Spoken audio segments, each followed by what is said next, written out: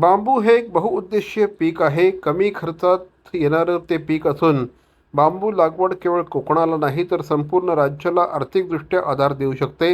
म्हणूनच पितांबरी कृषी विभागाच्या माध्यमातून बांबूची 1,00,000 रोपं तयार करण्याचं मिशन हाती घेण्यात आलं असल्याचं प्रतिपादन पितांबरीचे व्यवस्थापकीय संचालक डॉक्टर रवींद्र प्रभुदेसाई यांनी केलं.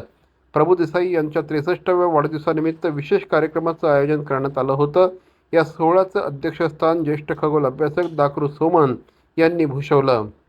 यावेळेस आमदार श्री संजय केळकर, उद्योजिका राजश्री यादवराव, पितांबरीचे व्हाईस चेअरमन परीक्षित प्रभुदेसाई आणि श्री रवींद्र प्रभुदेसाई लिखित पितांबरीच्या विविध कृषी प्रयोगांची माहिती देणारं अनुस्कुरा ते साखळोली आपलं कोकण स्वप्नपूर्तीचा अद्भुत प्रवास, दत्ता जोशी लिखित एकशः संपत, विवेक प्रकाशित आधुनिक शेतीचं मॉडेल या पुस्तकांचं प्रकाशन देखील यावेळेस करण्यात आलं.